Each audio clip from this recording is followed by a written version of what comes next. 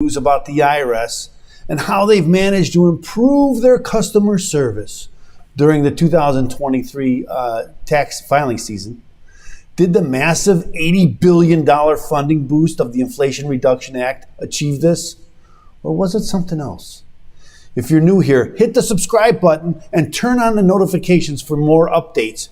Let's jump right in. So here's the deal. The IRS Treasury reported that during 2023 tax filing season, the IRS managed to live assistance to 87% of the taxpayers' phone calls. Remember last year, I think it was 9%. Okay? And they answered 2.4 million more calls. That sounds really impressive. The IRS did a heck of a job, didn't they? Now, you might be asking, what did it take for the IRS to finally get their act together? The IRS and their media mouthpieces, they're all touting the success of the Inflation Reduction Act. Like that was the reason. And the extra $80 billion in new funding. Well, you would think of $80 billion, they should be able to answer a phone. But, their budget was $14 billion and they couldn't answer the phone. So the fact is the IRS hired 5,000 new staff to answer the phones in June of 2022, before the Inflation Reduction Act was passed.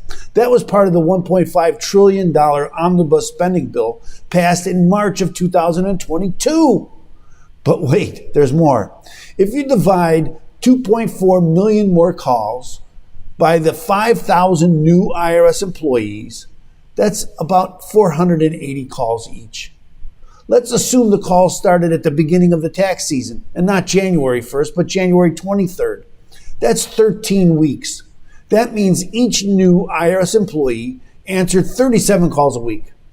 When you put it like that, it doesn't sound all that impressive, does it, for the $80 billion that we shovel over to them? So the Republicans in the House have already tried to claw back this $80 billion in new IRS funding. Expect them to try again in exchange for raising the $31.4 trillion U.S. debt ceiling.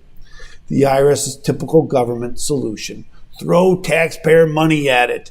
Again, you should be able to answer the phone for $14 billion. That should be enough, right?